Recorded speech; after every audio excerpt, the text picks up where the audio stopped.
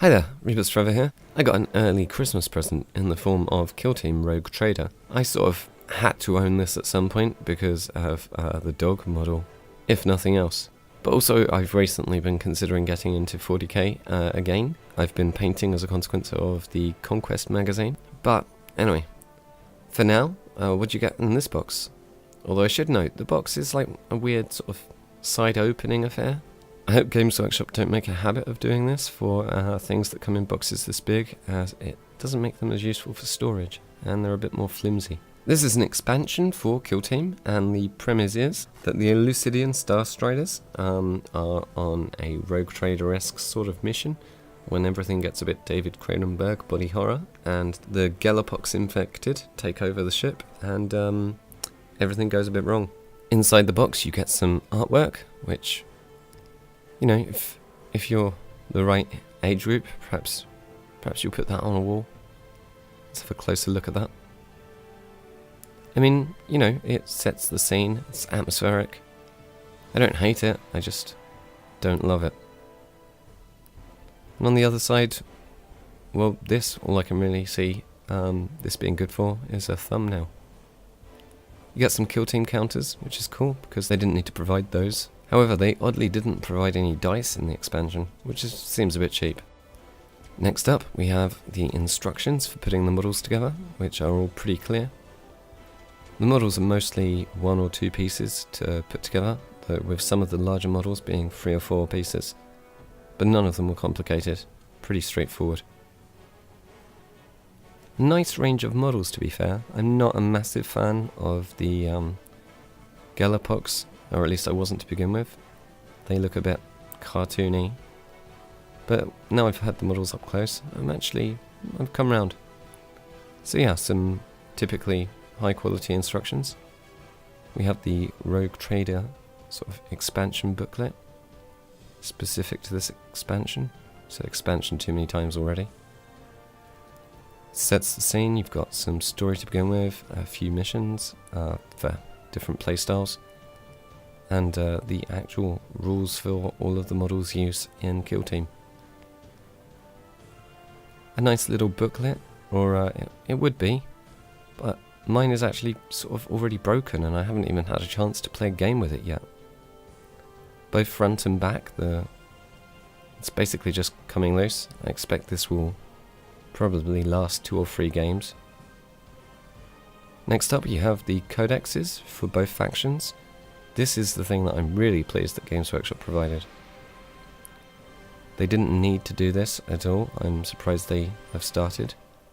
But the ability to add these kill teams to a normal 40k army, that's appealing. Well done, Games Workshop. I'm really enthusiastic about the Warhammer Quest Inquisitor Blackstone Fortress loads more words game that's coming out at some point. I really want to use the Navigator model from that in my 40k army somehow, even if it's PAP. Next up you've got the rules condensed into a 6 or 8 page booklet, which is pretty handy, though this is the rules for basic Warhammer, Warhammer 40,000, not the actual rules to Kill Team. You can still use these to get some sort of functioning game out of the models in the box, but they will be pretty short games. Kind of makes you wonder, doesn't it, why the actual 40k rulebook is this thick, if it can all be reduced down to 8 pages. After the rules, we've got ourselves some data cards and some tactics cards. The main thing that drew me to this box set was the models. I sort of fell in love with them when I first saw them randomly advertised to me on some Facebook group. This is the lot together, minus the scenery pieces, of course.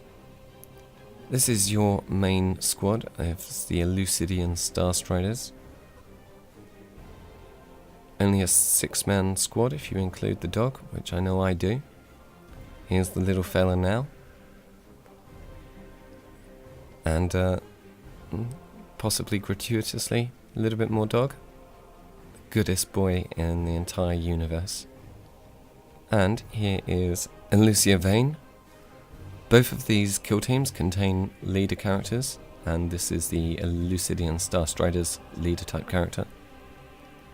My painting isn't great, but I wanted to put some paint on just to demonstrate the models a bit better than just a basic plastic. Here is your local resident tech priest. He's got electric powers.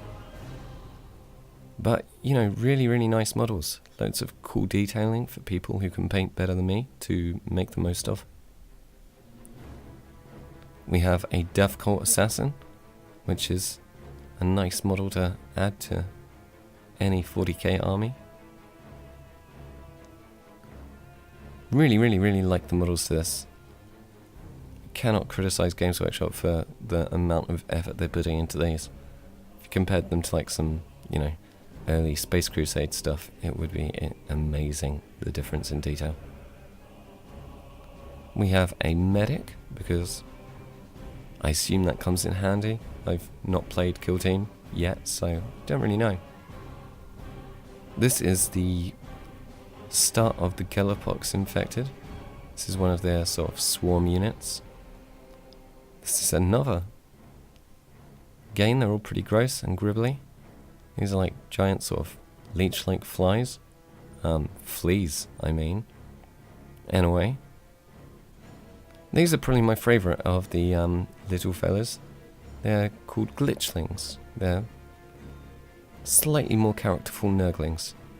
And Nurglings are already full of character. So I'm going to enjoy painting these, even if I don't do a great job. Next up are the sort of mid-tier of the Gellerpox infected. Quite enjoyed painting these. These are sort of an experiment. I was trying 3 different base tones for the skin. I think I've settled on bleach bone. If that's still even a paint you can buy anymore. But yeah, I like these models, and I think their faces could be used for some interesting Necron conversions as well. There's a whole backstory for these people, involving how they sort of became somewhat integrated with the starship's engines after a nasty accident with the warp. This is the leader of the Gellerpox infected. He's quite a gribbly little fellow. Let's have a better look at his face front on. I mean, he looks like he enjoys his work. That's the one thing I do like about Nurgle. There's lots of happy faces. And you can't go too far wrong when there's happy faces, right? Right? Right? This is the collection of second tier sort of baddies. Plenty more happy faces, and that's just that guy's stomach. This is another figure that initially I thought was a bit cartoony, but the more you look close, the more you appreciate it's actually quite grim. I feel pretty bad for the little fella trapped in his tummy. And lastly, we have this little fella whose arm appears to be one of those weird flea-like creatures from earlier. So, yeah, all of these larger Gellerpox mutants are pretty unpleasant. Kind of makes you wonder what goes on in the minds of the designers. Anyway, those are the models, and, you know, not terrible. You've also got a bit of scenery. You get 2 of these pipe sections. They are, you know, okay. You've got a couple of, well, quite a few door pieces. There's 2 different types of door piece. They're a little bit wobbly. You've got 4 control panels. They're pretty cool. I look forward to having a go at painting one of those. Probably regret trying afterwards. There's 4 of these supply chests. They'll be useful in normal games of 40k as objectives. Not bad. Some nice detailing on the front there that matches the rest of the Elucidian Starstriders. You've got a number of escape pods. You have like these front panels for them as well. You could make them like enclosed sealed pods. But I think I'm going to have a go at painting at least 1 or 2 of the insides. They're not bad. You can sort of imagine them functioning. And again, this is just one of the other door designs. Got lots of those. Apart from the scenery, it's basically just the board to show. And I think the board looks fantastic, especially once you put a bit of scenery and some figures on it. You've got two different zones, one for the spaceship and another for the shrine that you crash land in. I don't want to give away any spoilers, but the board's double-sided and pretty big. Aside from two chairs that look something like that, I think I've covered basically everything. So if you like this, let me know. If you don't like this, let me know.